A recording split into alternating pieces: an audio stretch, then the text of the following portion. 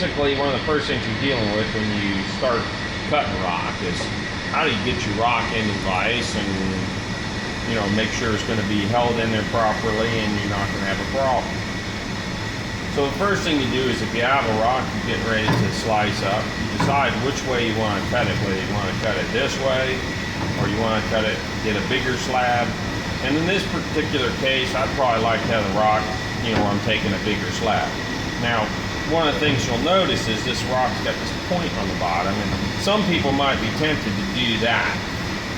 Now, this surface here, if you extend your rock below that surface, what's going to happen is when you get up to your flange, the flange on there is going to start hitting the rock and you'll damage your flange. Now, it won't ruin the saw or anything, but it will ruin the flange and you'll end up having to buy another flange to replace it. So when we do this, we slide it up higher so we get the rock where we're not having to worry about it being below.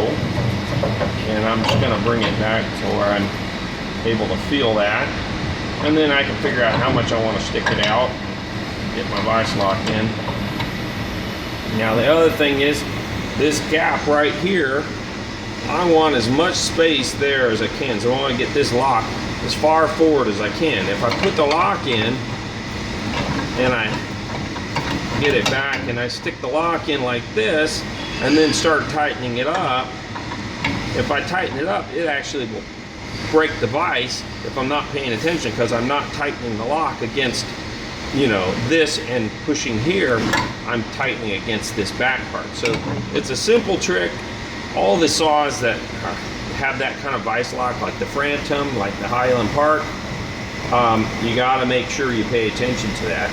And then I get my rock as parallel to the blade as possible, and I start cranking it up. Now, some people will put in wood wedges in the back here if the rock is kind of wedge shaped, and you can do that. As you start tightening it, you can kind of wiggle the rock and see, you know, is it moving? Now, I'm pretty strong with my left hand, so I can just tighten it up with my left hand and get that rock isn't going anywhere. If you're not as strong, then you can use a little cheater bar, but you just can't go crazy on it.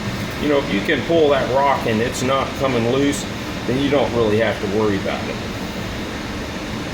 There it is. Then when you're indexing it over, you use cross feed and you bring it over and sight down the length of the blade to how much you want to take for your first cut. And then after that, there's a chart in our manual that tells you how many turns for each thickness of the slab you want to get. Okay.